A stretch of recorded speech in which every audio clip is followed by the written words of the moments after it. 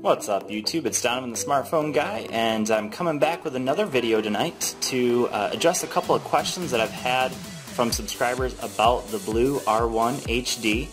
So far I've really enjoyed this phone. It's again phenomenal what this phone can do for $60. I'm going to go ahead and slide the box away and address a couple questions. So first of all, I've been asked some questions about adoptable storage. So let's go ahead and I want to go into my settings real quick and just kind of show you guys some battery life.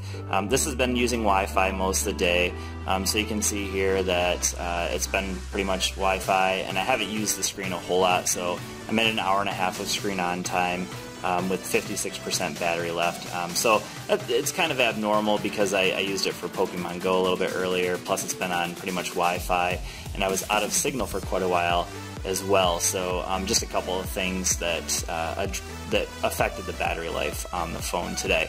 But the first one that I want to address is actually storage. So let's talk about storage for a second.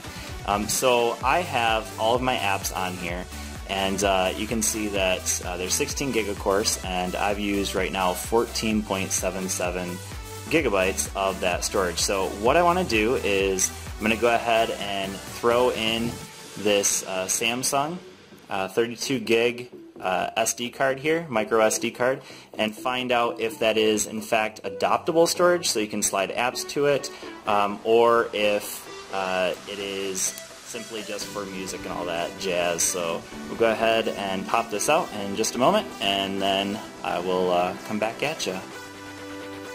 Okay, so after fighting with the Samsung packaging for a little bit, I did finally get the micro SD card out of there. So I'm going to go ahead and take the case off. Actually, first let's go ahead and shut the phone off first.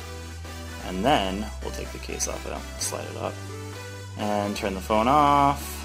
And we'll go ahead and put the SD card in there when the phone is off. Oh, there it is. Take that off, slide that SD card, and you can see that I don't have a SIM in there right now.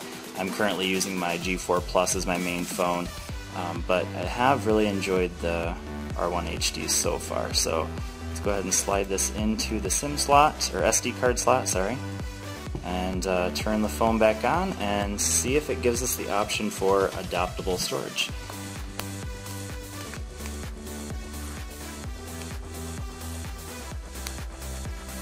So got the cover back on, let's go ahead and reboot it up. And see what we got here.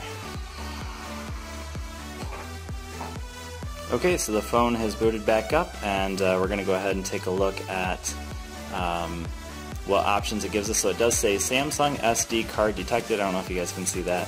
Let's see if I can get that in focus there. A little bit. Alright, so we're going to go ahead and do the setup here.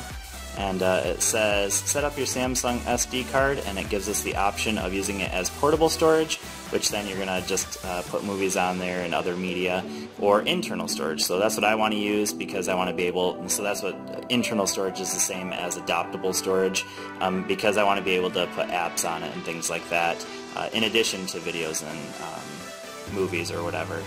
So we're going to go ahead and erase it and format it. And you can see that obviously it does work as adoptable storage. So a very nice feature. So you could throw in a 64 gig SD card in it, and you have 80 gigs of storage. So awesome feature to have. Of course, I think most phones that use Android 6.0 Marshmallow actually have it as adoptable storage. So we'll go ahead and address a couple other questions. So let's talk about another question that I was asked about Pokemon Go. So I was asked if this phone, with the specs that it has at the $60 price point, can it work with Pokemon Go? And to be honest with you, I had absolutely no idea. I'd never played the game before, so I decided to go out and explore a little bit and try it out. So we'll come back and I'll take a look at that. Hey there YouTube, I'm here in downtown St. John's, Michigan, and I'm here to test out whether the Blue R1 HD in fact works with the game Pokemon Go. So I'm going to go ahead and turn the camera around and you guys can see whether it in fact is working. Alright, so I have my Blue R1 HD here in my hand, and I'm not sure if you guys can see that, but with the brightness turned all the way up, it is pretty easy to view in completely bright sunlight, and you can see that in fact it does play Pokemon Go with no issues as far as I can tell. Now, I'm no expert on this game, so you know, maybe somebody else can tell us otherwise, but it appears to be working just fine, and GPS and everything is working. Now, I will say this, that one of the requirements to play Pokemon Go is having 2 gigabytes of RAM, and so this is the 2 gig version, so you want to make sure that you pick up the $60 version in order to play. So anyways, thanks for watching.